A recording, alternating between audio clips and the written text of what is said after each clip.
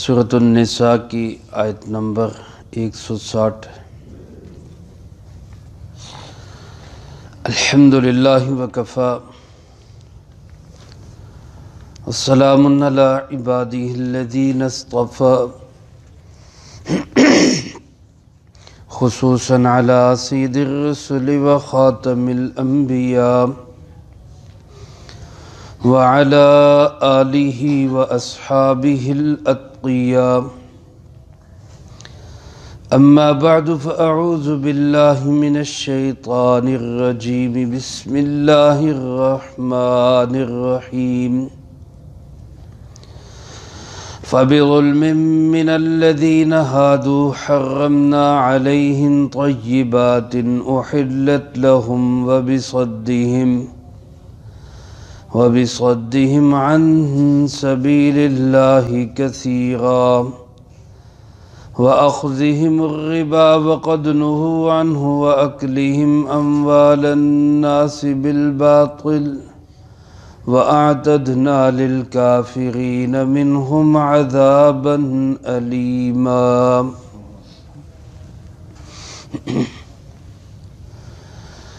فبظلم من الذين هادوا،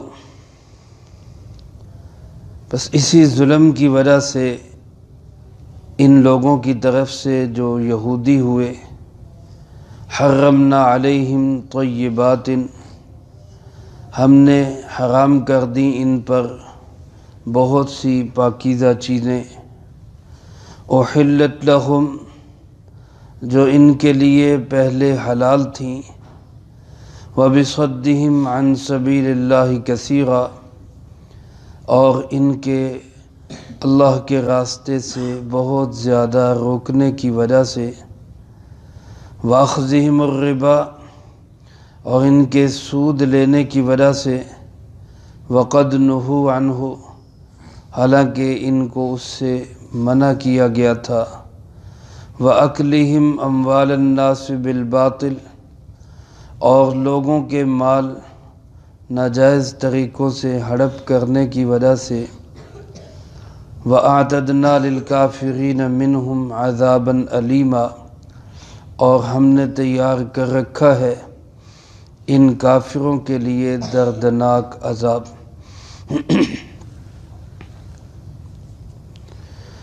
گزشتہ آیات مبارکہ سے یہ سلسلہ چلا آ رہا ہے کہ یہودیوں میں ایسے کون کون سے برے عمل آئے، خباثتیں اور شرارتیں پیدا ہوئیں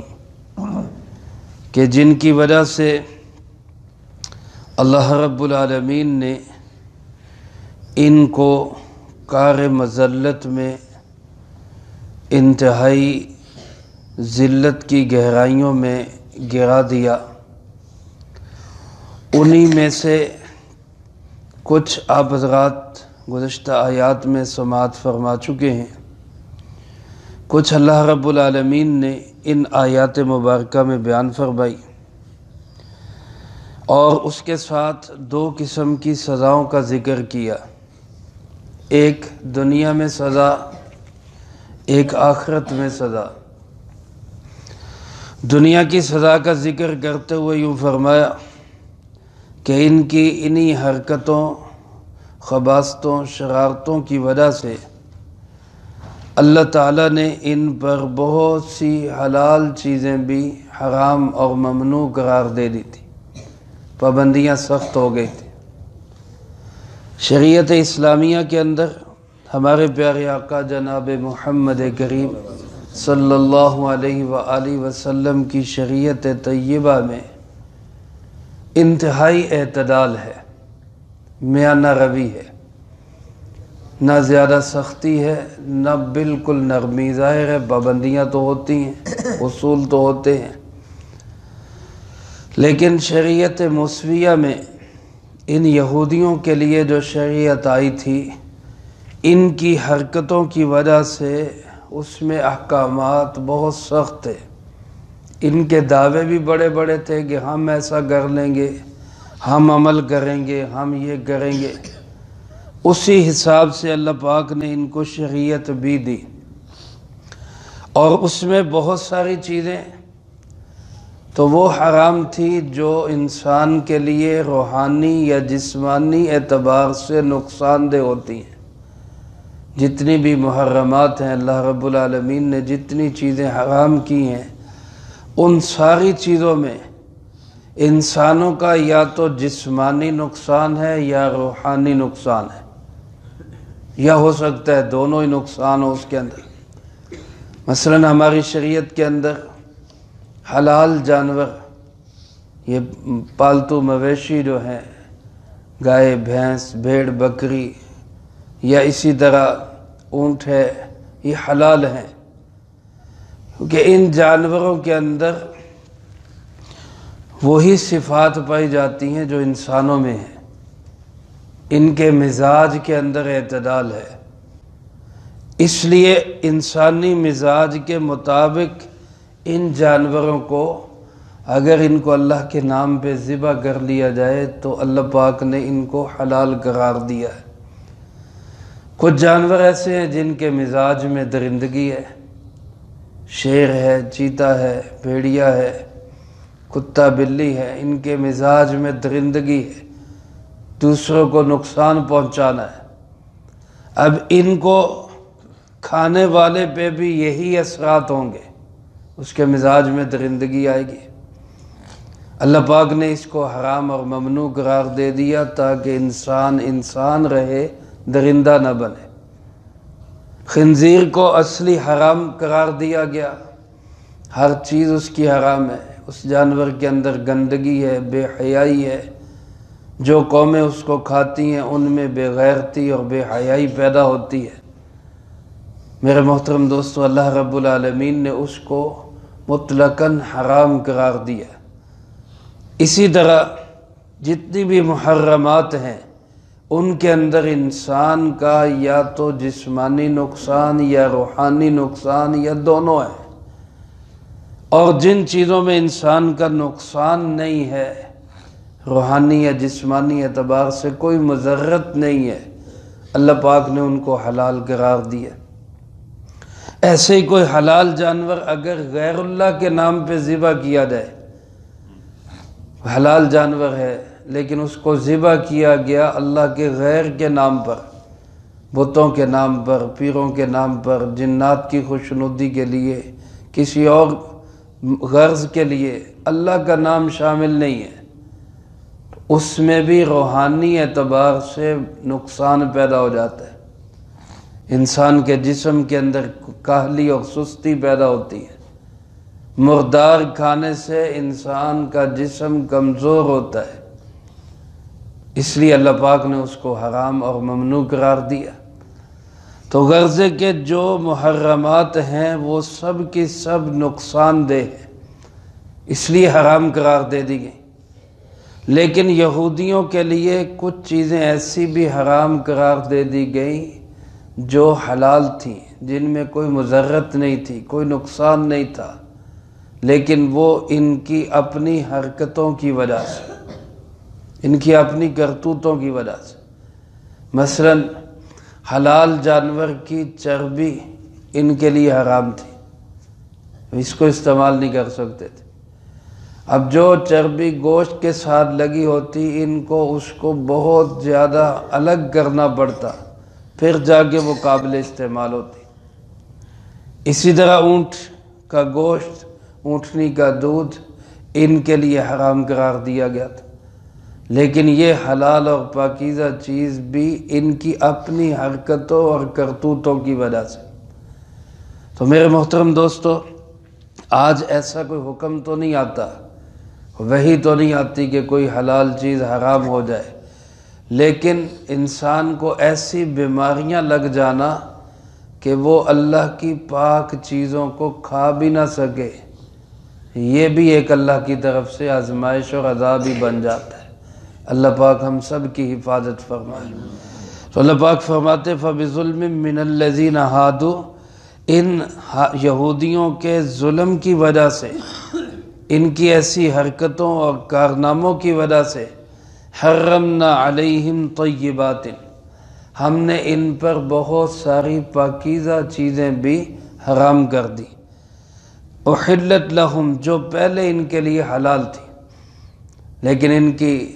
ان ریشہ دوانیوں کی وجہ سے ان پر بطور سزا اللہ تعالیٰ نے یہ حکم لاگو کیا کہ اب تم نے یہ پاک چیزیں بھی نہیں کھانی، یہ ان کے لیے سزا تھی۔ ایک تو ان کے ظلم اور ستم کی وجہ سے، اور دوسرا اس وجہ سے کہ وَبِصَدِّهِمْ عَنْ سَبِيلِ اللَّهِ كَثِيرًا، یہ اللہ کے راستے سے لوگوں کو بہت روکتے تھے، دین کے راستوں میں بڑی رکاوٹیں کھڑی کیا کرتے تھے، دین کے کاموں کے اندر یہ اپنی ٹانگیں اڑایا کرتے تھے۔ کوئی مسلمان ہونا چاہتا، کوئی دین کی بات سننا چاہتا، اس کو آزادی کے ساتھ دین کی بات کہنے سننے کی بھی اجازت نہیں دیتے تھے۔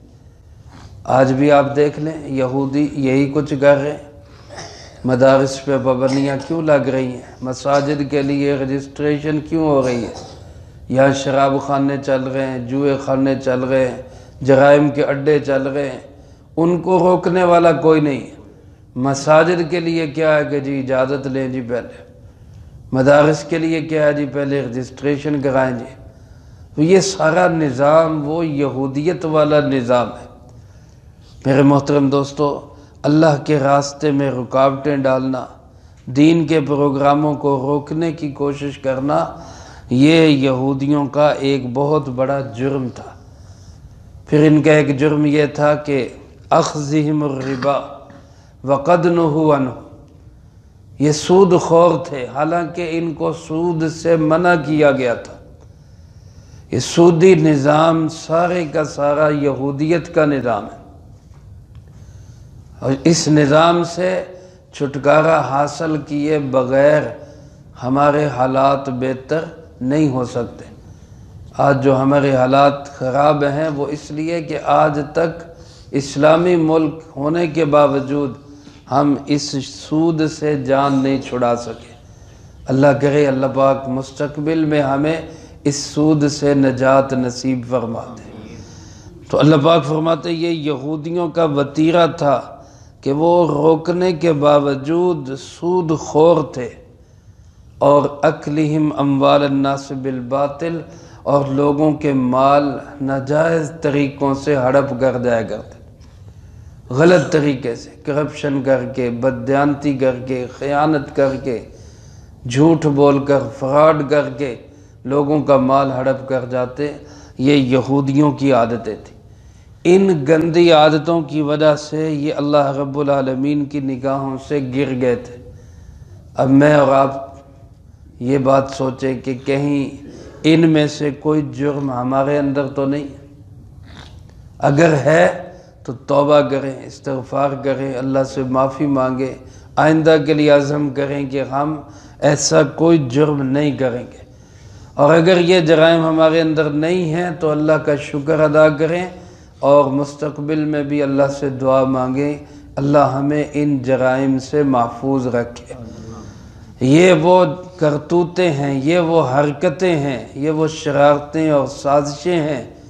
کہ جو ایک قوم کو اللہ کی نگاہ سے گرا دیتے ہیں۔ اللہ پاک ہم سب کی حفاظت فرمائے۔ یہ دنیا میں سزا ہے، اس کے بعد آخرت میں کیا ہے؟ اللہ پاک فرماتے ہیں اعتدنا للکافرین منہم عذابا علیما، ہم نے ایسے کافروں کے لیے بہت دکھ دینے والا عذاب تیار کر رکھا ہے، انتہائی دردناک عذاب۔ تو یہ یہودیوں کے لیے دنیا میں بھی سزا، آخرت میں بھی سزا۔ اب یہودیوں والی حرکتیں جس کے اندر ہوں گی اس کے لیے بھی یہی سزا ہوگی۔ اللہ ہم سب کی حفاظت فرمائے۔ لیکن ان یہودیوں میں سے بھی کچھ لوگ تھے جو بچ گئے، آج بھی بچ رہے ہیں اور آئندہ بھی بچتے رہیں گے۔ اللہ پاک نے وہ راستہ دیا ہے جس کا تذکرہ اگلی آیات میں ہے، وہ انشاءاللہ اگلی فرصت میں آئے گا۔ اللہ پاک سے دعا ہے اللہ مجھے آپ کو سب کو قرآن و سنت کی صحیح سمجھ نصیب فرمائے، اور اس پہ عمل کر کے دوسروں تک پہنچانے کی توفیق عطا فرمائے۔ اللہم انت السلام ومنک السلام تبارکت ربنا وتعالیت یا ذا الجلال والاکرام اللهم أعنا على ذكرك وشكرك وحسن عبادتك